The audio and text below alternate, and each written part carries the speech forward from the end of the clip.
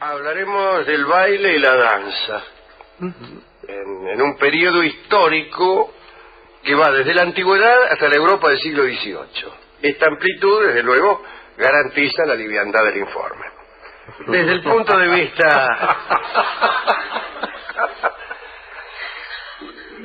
vista documental, la danza como manifestación pública parece haber tenido origen en lo religioso, tal como decíamos hace un rato del teatro. Parece que en algunas civilizaciones solo los sacerdotes disfrutaban del hecho de entregarse a este ejercicio. Aunque parezca extraño, la danza no era en un principio ni un paso gracioso, ni murga compasada, ni marchas a lugar alguno. Los primeros datos que nos llegan son egipcios y hablan de movimientos graves y serios que realizaban los sacerdotes para adorar a las divinidades a orillas del Nilo. Es decir, cuesta imaginar la danza con movimientos graves y serios, salvo que se trate del tango. Así que, lo dicho, los sacerdotes que adoraban a las divinidades del Nilo bailaban el tango. Algunos especialistas nos comentan que era más bien una pantomima triste, lo dicho, que se movían lentamente y no se parecía en nada a la danza. Claro, yo me quería asegurar que si no se parecía en nada a la danza, y si eran movimientos destinados a adorar a los dioses, porque no era danza. Si los datos que están, miren, no se parece en nada a la danza, es una pantomima triste, y no celebra nada sino que adora a los dioses, ¿por qué decimos que es danza? Bueno, porque así son los especialistas.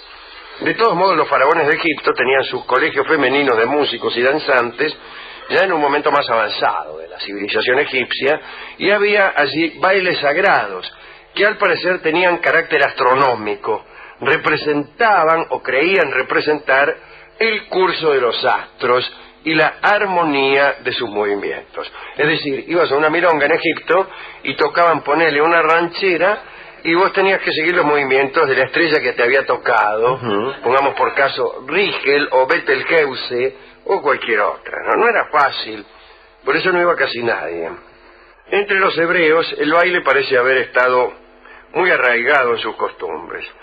No hay menos de 8 verbos entre los hebreos indicativos de la danza, del orden de danzar, bailar, milonguear, mover el esqueleto, como si la multitud de verbos que designan una cosa garantizara el éxito de esa cosa en un pueblo. Bueno, está bien. Soy malo hoy, ¿no? Pero igual no estoy seguro de que para saber si la gente baila haya que fijarse cuántos sinónimos tiene la palabra baile. Entre nosotros, las cosas que tienen más sinónimos son las cosas que más despreciamos. Hay pocos sinónimos de la palabra joya, hay muchos de la palabra estiércol. Pero bueno, eso no significa nada. El caso es que hay algunos episodios bíblicos en los que hay escenas de baile. María, la hermana de Moisés, después de pasar el Mar Rojo, tomó una pandereta y todas las mujeres la siguieron cantando y bailando para celebrar el maravilloso paso de aquellas aguas que, como se recordará, fueron atravesadas merced a una oportuna apertura de las mismas. Apertura que fue abolida, no bien terminaron de pasar los hebreos, de suerte que los ejércitos que los perseguían fueron sorprendidos por ese retorno a la normalidad del Mar Rojo, que fue una verdadera catástrofe para los egipcios. Existían algunas fiestas hebreas en las que solamente se bailaba. Se recorrían las calles de Jerusalén desde las viñas hasta el templo, bailando. En Grecia la danza clásica nació junto a la poesía. También trataban de seguir el movimiento de los astros. Agregaban también las estaciones, la recolección de la vendimia, los sucesos de la vida de los pastores y de los ciudadanos, y hasta los entierros. Digo, para ser representados en los bailes. Este baile me gusta un poco más. Claro. Enamorados de la forma, apasionados por encima de todo, por la belleza plástica, y acostumbrados, como estaban los griegos desde la niñez, a los movimientos gimnásticos, bueno, serían bastante armónicos aquellos bailes griegos. Y ellos creían que lo armónico agradaba a las divinidades. Presuponían en la divinidad un criterio estético, y eso está bien, ¿eh? Tanto es así que aparecen en los mitos algunos castigos terribles para quienes bailaban mal. El que bailaba mal era castigado por los dioses. Me voy al infierno. Sí. Llamos. Pataduras, no. Contaré la historia de las ninfas que llamaban epimélides, que tenían como misión cuidar ovejas. Se me ocurre una misión pequeña para una divinidad, más indicado es que un pastor cuide las ovejas. Pero las ninfas estas cuidaban las ovejas, aunque de vez en cuando tenían que bailar para los dioses. Eso sí ya es cosa de ninfas, bailar para los dioses. Más veces he visto ninfas bailar para dioses que cuidar ovejas. Parece que lo hacían con gran encanto. Me refiero a cuidar ovejas. No, me refiero a bailar para los dioses. Las dos cosas las hacían bien. Cierto día aparecieron unos pastores que vieron a las ninfas ahí meta baile en las cercanías de un santuario. Ignorando los pastores que se trataba de ninfas, empezaron a burlarse de ellas, como suelen hacer los pastores cuando ven a unas señoritas que bailan en honor a los dioses. Incluso se jactaron los pastores de tener capacidad para bailar mucho mejor que las ninfas. Las ninfas mortificadas aceptaron un desafío que uno de los pastores les hizo, ¿no? A que nosotros bailamos mejor que ustedes, dijo un pastor beligerante. Y se armó una especie de milonga de contrapunto. Los pastores bailaban muy mal, sin arte de ninguna clase, y fueron vencidos. Y terminaron peor porque, en castigo por su jactancia, las ninfas transformaron a estos señores en árboles. Y los habitantes de la región aseguraban que por las noches todavía se escuchaban como saliendo de los troncos los lamentos de aquellos pastores que se habían animado a competir con las ninfas. Uno pasa por allí y ahí están los árboles quejándose y diciendo: ¡ay, yo he sido pastor! Es lo que pasa cuando un árbol ha sido pastor. Se lamenta por el tiempo que ha pasado y por las cosas que ya no han de volver. ¡Ah, si yo fuera pastor como antes he sido!, dice el árbol. Puede ser que les pase también a los pastores que han sido árboles. ¡Ay, si yo pudiera ser árbol otra vez! Pero sucede que no hay esas transformaciones. Las metamorfosis son de personas en plantas o en cosas, pero no de cosas en personas. Muchas veces un héroe mitológico es convertido en una estrella o en una constelación. Pocas veces una estrella es convertida en héroe mitológico. Me dirán algunos: ¿no serán todos cuentos después de todo? Y no hay ninguna clase de metamorfosis ni en un sentido ni en otro. Sí, digo, la hay en un sentido, que es el sentido poético. Sí, señor. El único sentido en que uno puede transformarse en una estrella. Mucho antes de la creación de los teatros griegos, de los que hablamos alguna vez, la poesía, la música y el baile se entremezclaban y ya se había logrado cierto grado de perfección. Esto se llamaba coristia. La coristia designaba la música bailada. En un principio los cantores eran al mismo tiempo bailarines, como sucede en algunas comedias musicales. Después se separaron estas dos actividades, pero porque se dieron cuenta de una cosa elemental: el que baila mientras canta pierde el aliento y no puede cantar muy bien.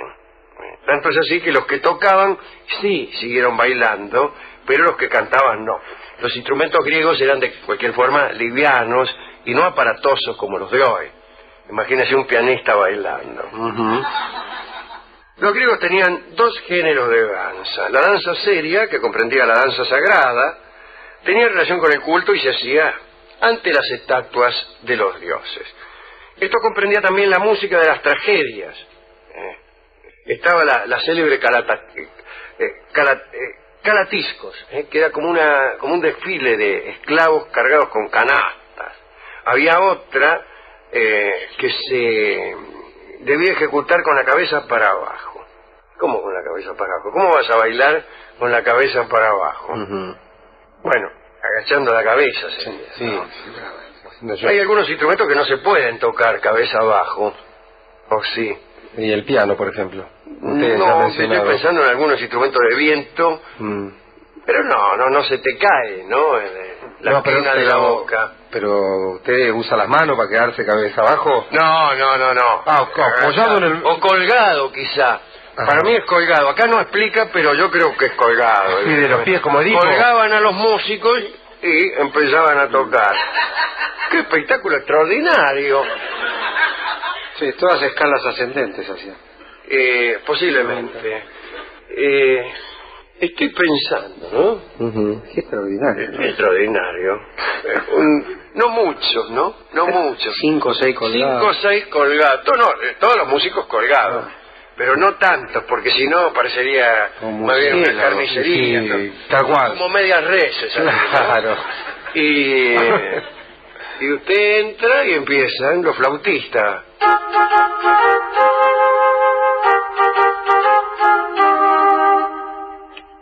No me gusta tanto. Y el director también dirige colgado, cabeza abajo, y entra el cantante un poco después de la introducción, Sí. también colgado, lo tiran con una rueda. Sí, lo tiran con ahí. una rueda viene una roldana. y saluda cabeza abajo el tipo. Hace abdominales, vio que en vez de hacer... Claro, para saludar hace como un abdominal hacia Se arriba. levanta un poco. Claro, y canta. Sí. Empieza a cantar un vals, por ejemplo. Por ejemplo. Da esta viola que haréis, jadeste mi tavenan con dolor. Y to jurar hasta viola dite que mi radi la liga melanco de mis cantos de se metía castotan que no lo pues sam. Claro, canta al revés. Canta al revés.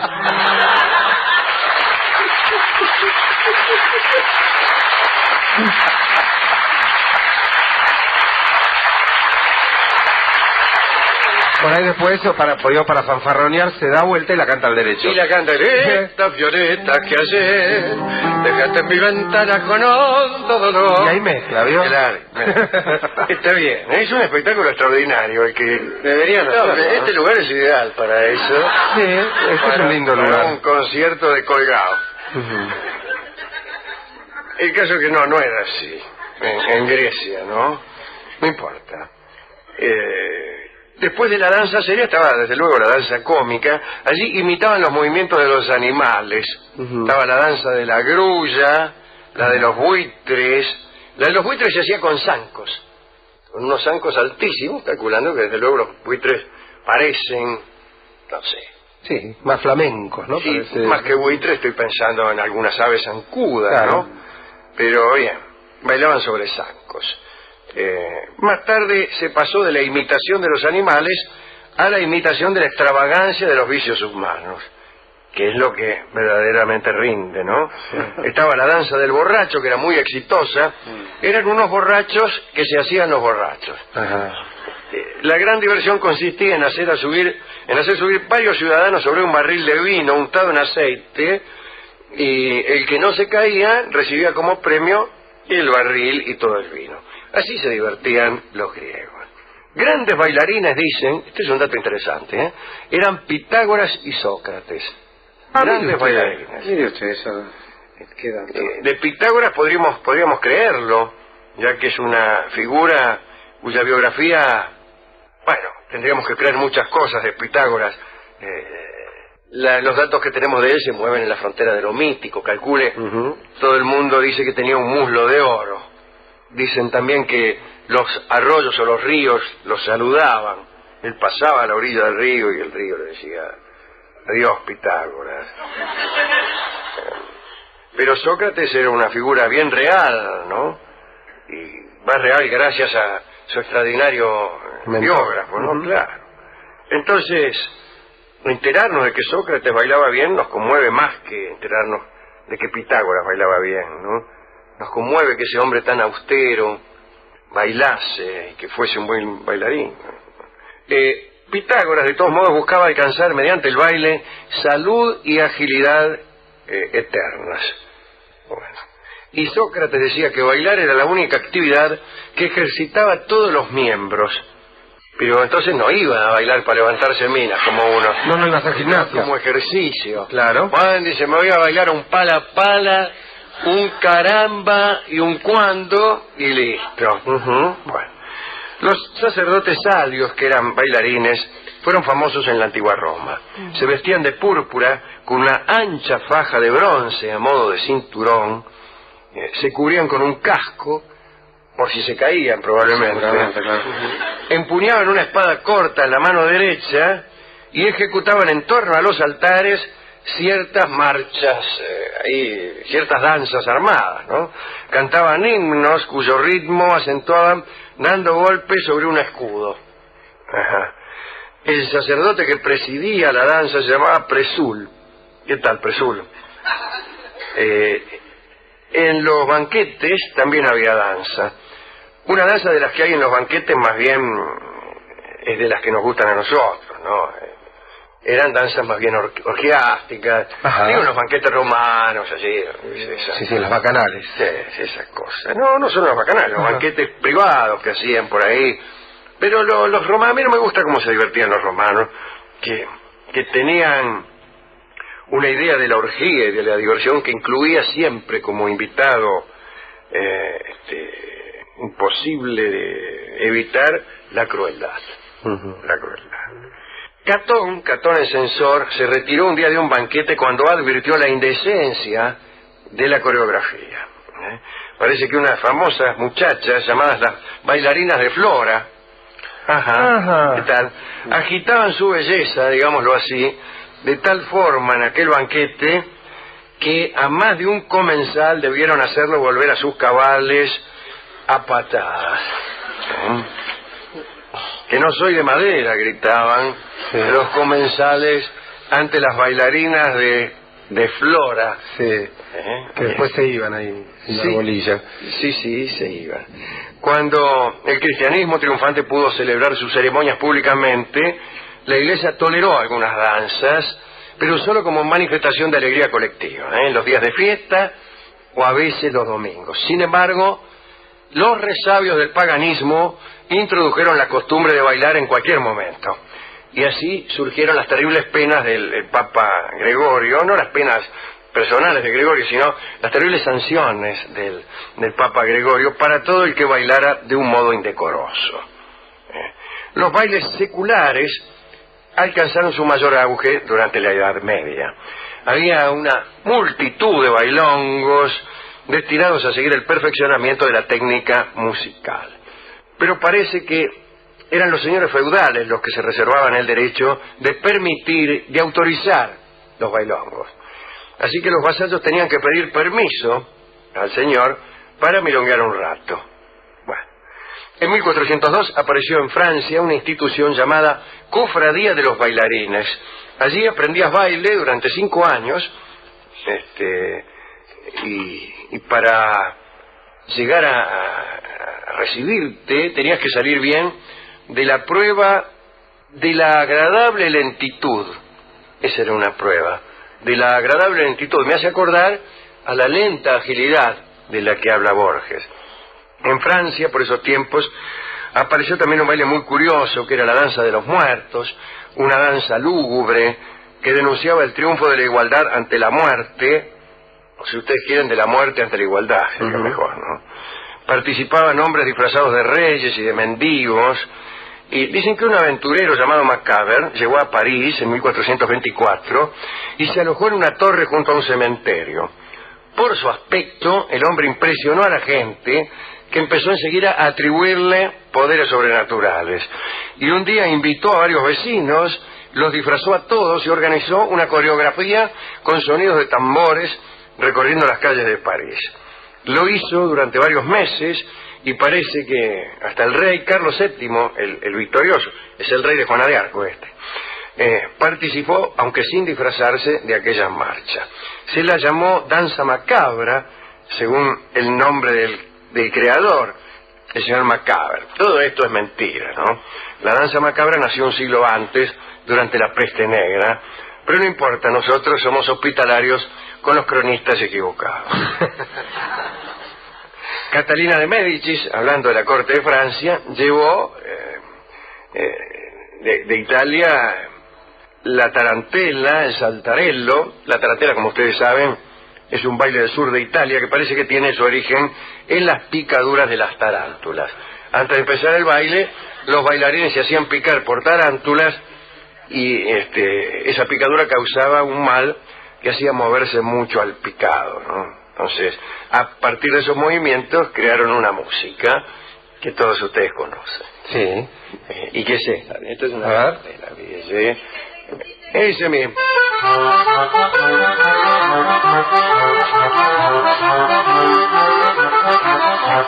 Esa es una tarantela. Sí, señor. Y las arañas del sur de Italia, cuando oyen esta clase de música,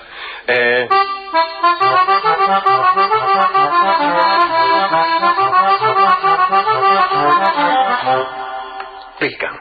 Ajá. No estoy seguro de esta última prolijidad de los ácaros sicilianos o napolitanos. Parece que Luis XIV, ya en otro orden de cosas, Luis XIV poco tiene que ver con el sur de Italia, y era fanático justamente de la tarantela, pero mucho después de Catalina de Médici. Han pasado muchísimos años. Faltaban unos cuantos reyes, ¿no? Catalina era la mujer de Enrique II, así que después de Enrique II vino Francisco II, Carlos, el otro hermano, después Enrique III, después Enrique IV, después Luis XIII y después recién Luis XIV. Ah, unos cuantos. Nos hemos salteado unos cuantos reyes, pero porque nos hacen señas aquí desde el control central, sí, como de que nos salteamos reyes. Luis XIV creó una academia de baile y de ella surgió el minué. Y parece que allí también empezaron unos bailes que se parecerían al después llamado vals. El baile giratorio, pero el vals es alemán, no más que francés. A principios del siglo XVIII había en Europa 900 tipos de baile de sociedad. Eso. Quiero decir, 900 cosas podías bailar a principios del siglo XVIII. Así que mire qué culto había que ser para ir a un bailongo. Sí, claro. Podían tocar 900 danzas diferentes, cada una con sus reglas. Ahora que van a tocar una cumbia, un merengue, música disco, no sé. Ponele que haya 10 cosas, pero no 900. Y algunas de estas 900 eran muy complejas. Algunas son danzas colectivas. No se baila entre una pareja cerrada, sino que cada pareja está relacionada con otras, con otros grupos, bailes tipo la media caña, qué sé yo, levantan los brazos, siguen un orden por abajo, hacer un orden, viene primero una cosa, después otra. No es que vos te vas al medio de la pista y que Dios se acuerde de nosotros, ¿no? Bueno, las danzas de este siglo ya no son de este siglo y del anterior, desde luego, ¿no? No son colectivas, son de pareja, el tango, el vals, el paso doble, todo eso, pero hay otras todavía menos exigentes, que son prácticamente bailes solitarios, ya que la pareja es nominal. Te saco a bailar, pero no bailo con vos, bailo frente a ti, me acompañas a bailar, pero no bailo contigo, ¿no? Está bien. Así que hemos hecho un gran progreso, porque ir a un lugar donde pueden tocar 900 cosas diferentes, imagínese, ¿no? Eso es discriminatorio para con nosotros los troncos. Con los troncos. Yo creo igual que un hombre culto debe saber bailar bien y que en los colegios deberían enseñar un poco de baile, un poco de música, un poco de canto, porque sí, es una forma de desparramar felicidad también, entre otros, que es una actividad interpersonal que históricamente ha servido a los pueblos para relacionarse y para enfatizar algunos sucesos, sagrados algunos, festivos otros. Hay que aprender a bailar, aprender a bailar.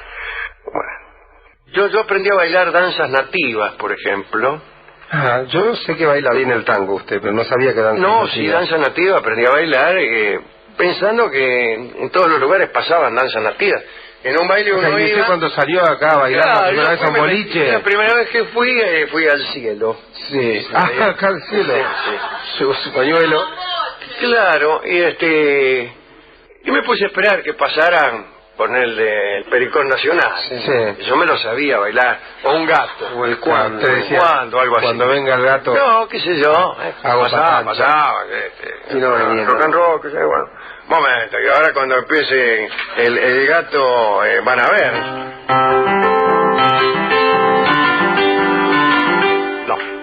No pasa. Y le pregunté al tipo, al DJ. Le digo, escúcheme, maestro, Escúcheme, maestro. ¿cuándo va a pasar aquí un gato, una chacarera? ¿A qué hora viene? ¿A qué hora vienen los vernáculos? Me dice, no, acá, dijo el tipo, mientras se movía de acá, ¿no? ¿Qué fiera? Agarraba un disco con una mano y el otro con la otra. Dice, no, acá únicamente es esto. Oh, si hubiera sabido, no gatizaba la entrada y fui. Digo, devuélvame la guita, que aquí... Sí, que ha venido con las batarazas. Tómatela. Y el pañuelo, ya llevó todo. Bueno, ¿a quién quiere dedicar este breve recorrido sobre el bailongo? Bueno, se me ocurren algunos dedicándose, Alejandro. Sí. Veo que la danza, como casi todo lo cultural, nace relacionado con lo religioso, ¿no? Pero casi todas las cosas que el hombre genera como cultura tiene su origen en esto. Y pensaba en esto que usted decía, que la danza había nacido como compañera, como aliada de la poesía. Digo, en este transcurrir de los años, cómo se ha ido distanciando una de la otra. Hasta la danza se ha distanciado ya no solo de la poesía, sino de la palabra misma. Ya es muy difícil hablar en los bailes modernos de cualquier cosa, ya no solo de poesía. Nos queda por ahí el aroma de la caída ranchera, ¿no es cierto?, que cada tanto intenta una relación a modo de poesía. No, bueno, pero eso es una división que tiene... No, los motivos no son necesariamente de decadencia. Pero bueno, sí, está bien. No, y pensaba dedicar esto a Edipo, ya que usted habló de gente colgada de los pies. Ajá, es verdad. ¿Sí? A Platón, que fue el inventor de Sócrates. El mentor de Sócrates. Y a los amigos Shams, Rumi y Mullah Nasreddin, que eran exponentes de los mejores, a lo mejor, de los danzarines religiosos, que eran los sufis. Pero muy bien. Y a Don Tito mis amigos Luciano, bailarines, como por ejemplo a Belén Sapiola, que claro, nos enseña mucho.